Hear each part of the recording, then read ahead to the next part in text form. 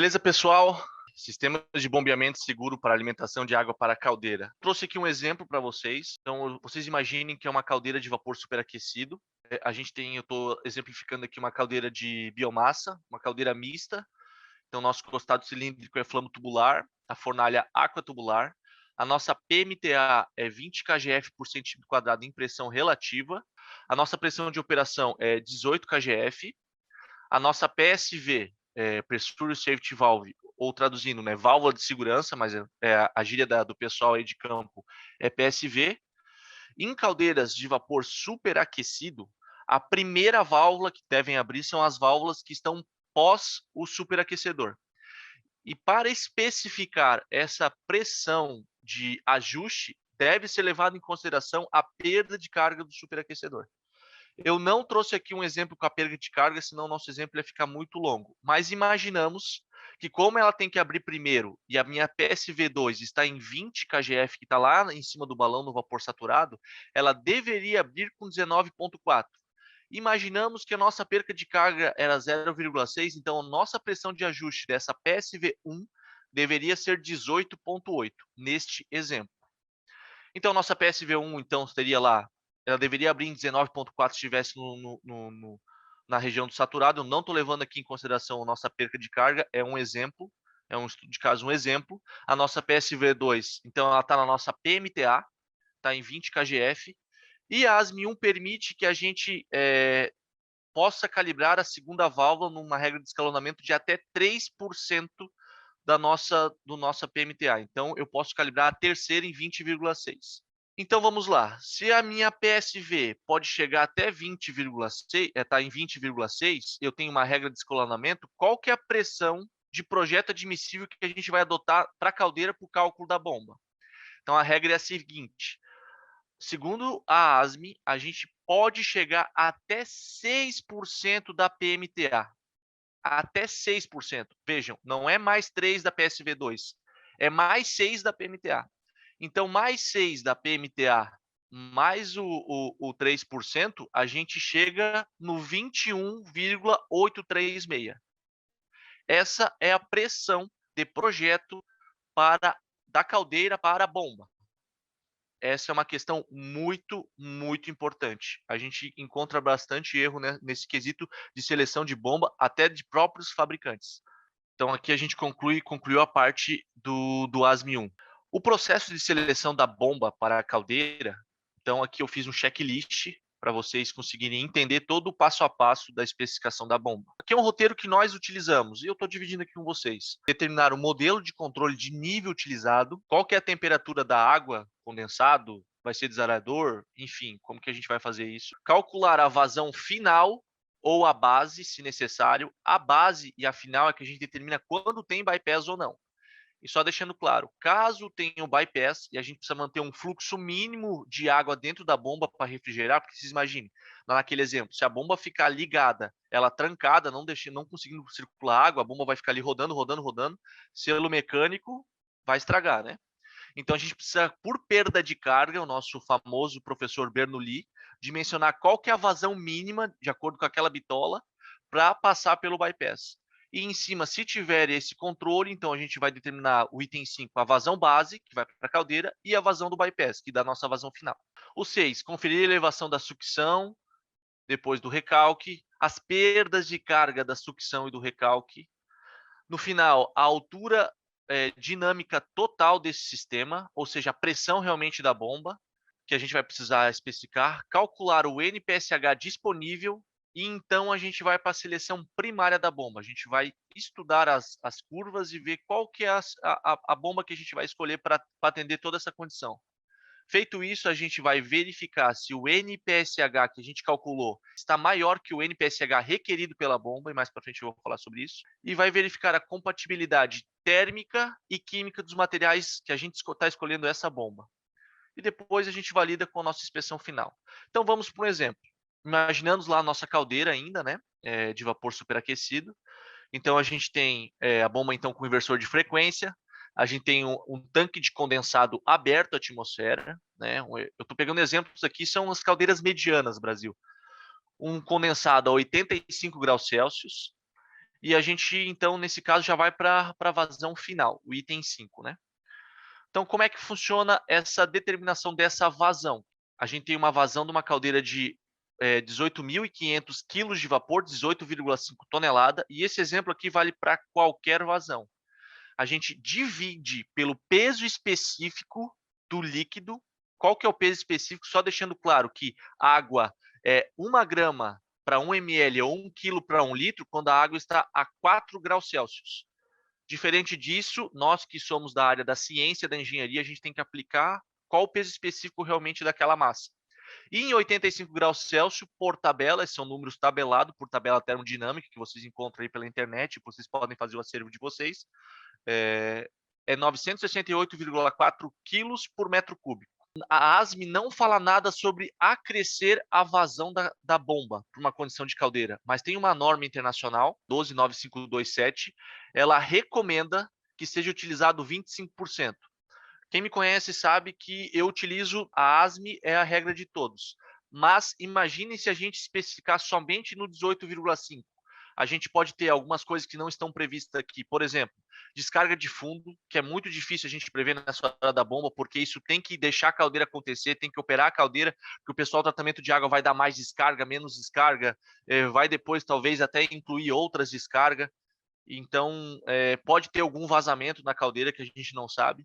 Então, eu recomendo que vocês utilizem dessa norma. Nós utilizamos dessa norma, acrescemos sempre os 25%, conforme eu estou explicando aqui, nunca tivemos problemas. E deixo claro, por mais que a caldeira é 18,5, a bomba entra mais água. Isso a gente já tem dados de campo. Então, beleza, vocês podem bater aí na calculadora de vocês que vai chegar no 23,88 metro cúbico por uma caldeira de 18.500 quilos de vapor hora. Então, aqui a gente determinou a vazão base. Próximo passo, então, a gente vai do 6 ao 10, que a gente determinar a altura dinâmica total. E aqui eu trouxe um exemplo de um fluxograma para a gente entender um pouco melhor onde que estão isso. Então, beleza, a gente já determinou que a nossa pressão é a atmosfera, poderia ser um desaerador, que a gente teria uma pressão, que a gente tinha que levar isso em consideração no nosso cálculo matemático.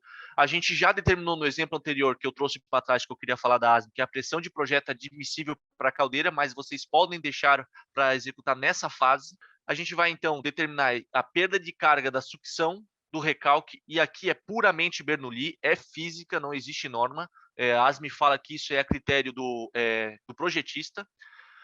A gente tem também a elevação do desalador do tanque de condensado e a elevação da caldeira.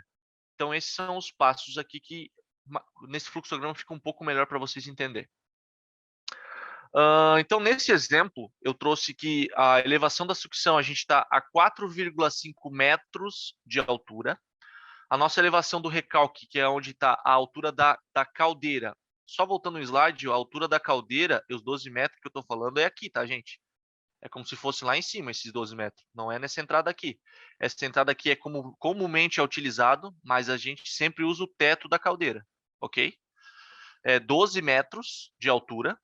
A nossa perca de carga, eu calculei aqui e não trouxe aqui esse exemplo porque isso é Bernoulli, regras de Bernoulli, são tabelas que, se vocês não terminar qual tipo de válvula vai ser utilizado, vai ser válvula de esfera, vai ser válvula globo, vai ter válvula de retenção antes ou depois, vai ter filtro, e tudo isso tem que ser tabelado, essa perda de carga, e o intuito aqui não é calcular tubulação, perda de carga, mas para esse exemplo eu tenho que trazer a perca de carga que eu determinei aqui.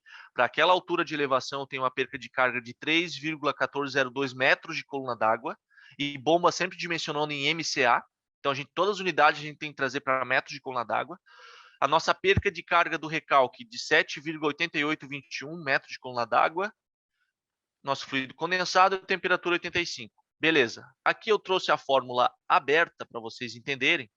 Então, para corrigir a pressão da entrada da bomba, a gente tem 4,5 metros de altura, 9,81 newtons, vezes o peso específico, dividido por 9.806,65.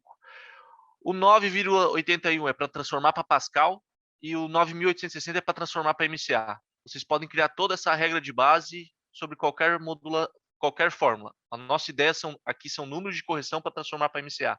Então, por mais que eu tenha 4,5 metros na altura da sucção, eu não tenho isso de pressão na entrada da bomba. Eu não posso adotar que essa altura manométrica, essa altura metro de coluna d'água é 4,5. Aqui eu tenho que corrigir, é 4,35, e vocês vão ver que isso dá diferença. Para corrigir a entrada da bomba da caldeira, então a gente já calculou o 21.836, então a gente precisa agora corrigir isso para também metros de coluna d'água. Então, o 21.836 vezes 98.000, isso já está corrigido para transformar isso para Pascal e no final transformar isso para metro de coluna d'água. Bom, então a gente chega na altura dinâmica total. Também é conhecido por altura manométrica total ou altura manométrica. É muito comumente usado em altura manométrica, mas no pessoal que especifica a bomba, a galera chama de altura dinâmica total. Em literaturas técnicas, nós falamos na NH altura manométrica. Então a gente vai adotar que o nosso ADT é elevação do recalque menos a pressão da entrada da bomba, mais a pressão de entrada da caldeira, mais a perda de carga. Então ali está todos os números, vocês podem se divertir em colocar na calculadora também. E a gente chega numa pressão de recalque da nossa bomba de 244,073 metros de coluna d'água. Então aqui a gente concluiu o item 5, que a gente já tem a vazão, e agora a gente já tem o outro dado que é a altura dinâmica total da nossa bomba. Vamos para o próximo passo principal, que é calcular o NPSH. Entendemos o que é NPSH. Net Positive Suction Health. O melhor exemplo que tenho para vocês é o entendimento base sobre a pressão para não deixar alcançar o ponto de ebulição nesta característica.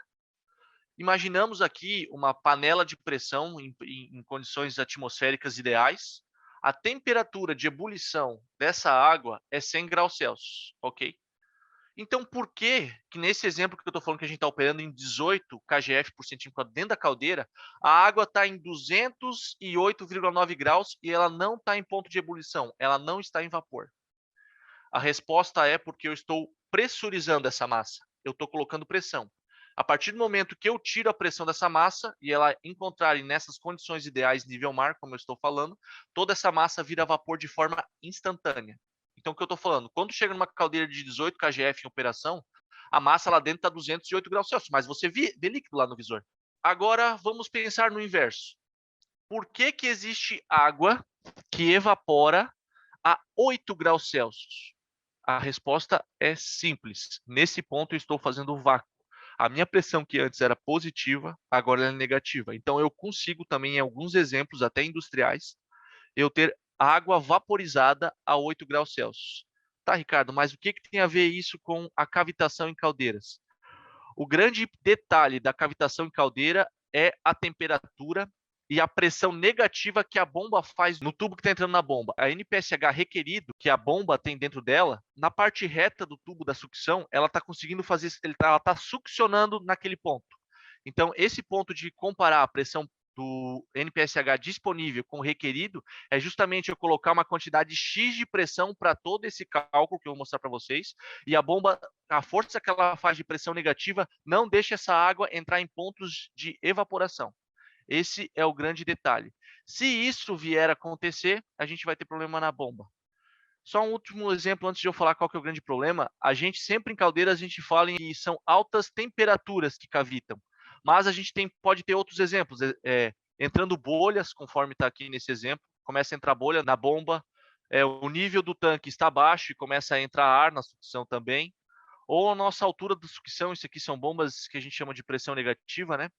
Está muito alta aqui dessa conta, tá? Então esses são os principais modos, mas em caldeira, geralmente é temperatura, geralmente. O que acontece com a nossa bomba? Esse aqui eu trouxe um exemplo para vocês entenderem o que acontece, e se isso vier a acontecer, a bomba não consegue injetar água ao ponto que atenda a todas as condições de especificação de segurança do que a gente conversou aqui anteriormente. Bom, como que a gente calcula isso? Nós, na NH, a gente tem um barômetro, ou a gente usa de georreferenciamento para determinar a pressão atmosférica, e entendam que uma caldeira, uma instalação como essa que eu estou dizendo, que está instalada a nível mar, a gente vai levar para a serra, sei lá, 1.000 metros, 800 metros nível mar, essa pressão atmosférica muda. E a pressão atmosférica é levada em consideração no dimensionamento de bomba. Bom, a nossa pressão de água na entrada da bomba a gente já calculou. A nossa perda de carga da sucção, eu já deixei claro lá atrás no nosso exemplo. A pressão de vapor da água na temperatura de 85 graus, isso aqui também é tabelado. A gente consegue em tabelas termodinâmicas. E o número para 85 graus é 5,78 metros de coluna d'água. Isso aqui são números de laboratório. Conforme muda a nossa temperatura do ponto de cima, que ela está mais alta, maior é a nossa pressão de vapor. Conforme essa temperatura baixa, menor é a nossa pressão de vapor. E vocês vão entender aqui na modelação matemática o porquê.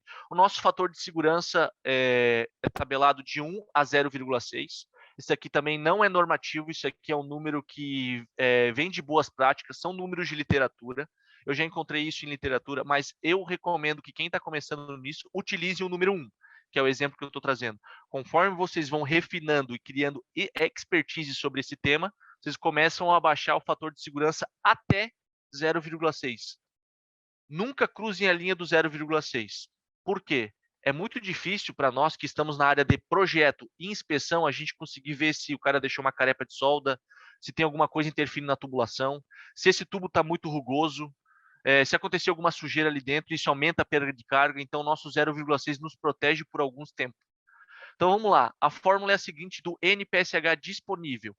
Eu tenho 9,81 na nossa pressão atmosférica, eu tenho a pressão de entrada da bomba, eu tenho menos, aqui é um número de sinal negativo, a perda de carga da sucção, que agora os pontos negativos do nosso sistema, a pressão do vapor, que eu estava falando, quanto mais alta, maior a pressão, ele baixa o nosso NPSH disponível, e o nosso fator de segurança. Então, a gente chega num número aqui de 4,2491 metros de coluna d'água.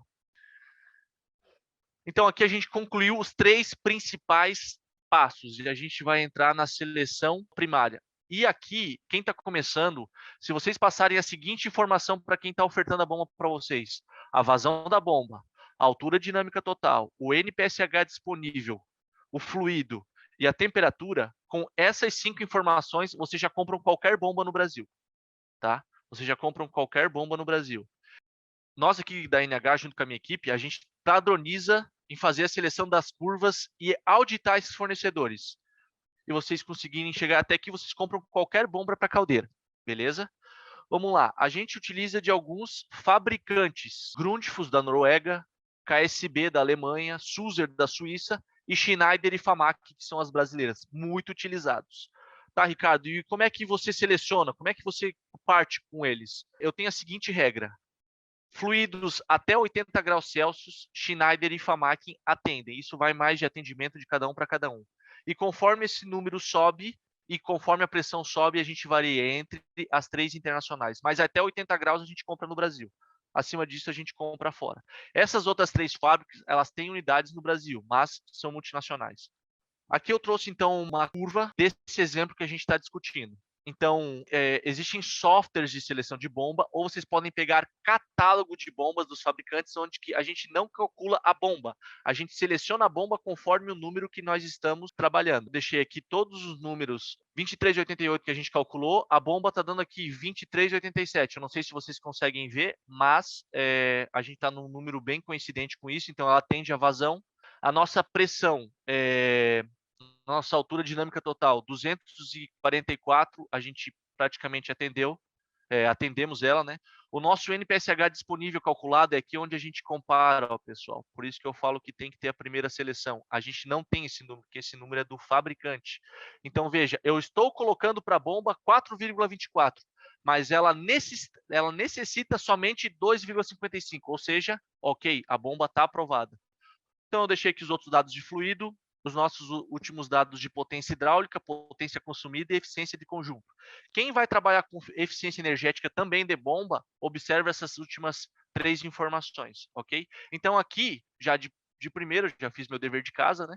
Eu já selecionei uma curva de um modelo de bomba que eu vou comprar, que está aqui o modelinho dela, é uma CR32102, com essa voltagem, com essa frequência, eu já vou comprar essa bomba, então eu já consigo cumprir todas as seleções, que na primária eu já acertei de primeiro o NPSH e já acertei todos os pontos, e vamos em frente. Agora vamos lá, pressão mínima de trabalho admissível de caldeira influencia no sistema de bombeamento. Vamos lá, vamos entender esse exemplo. Numa outra configuração, aqui agora a gente já terminou aquele processo da nossa caldeira de vapor superaquecido, numa outra configuração atípica que vocês estão calculando, a gente pode, então, aqui uma caldeira de 12 de 12 toneladas de vapor. Só para vocês entenderem, eu peguei a mesma configuração do nosso software, eu simplesmente baixei a vazão e baixei as pressões, a gente já tem outros NPSHs.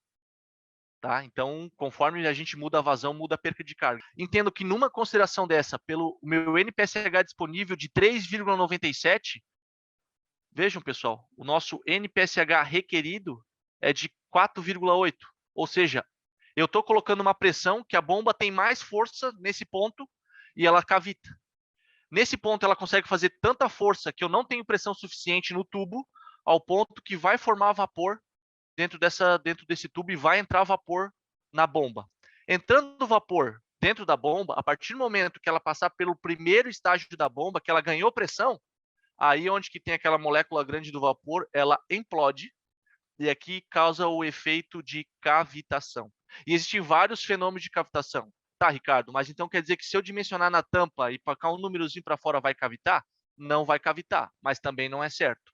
E existem várias formas de cavitação. Um mais agressivo, um menos agressivo. O que importa para a nossa didática, o que acontece é que cavitação é problema em bomba. E mais cedo ou menos tarde, essa bomba vai falhar. Algumas antes, algumas depois. Conforme esse número está mais longe, pior para a bomba.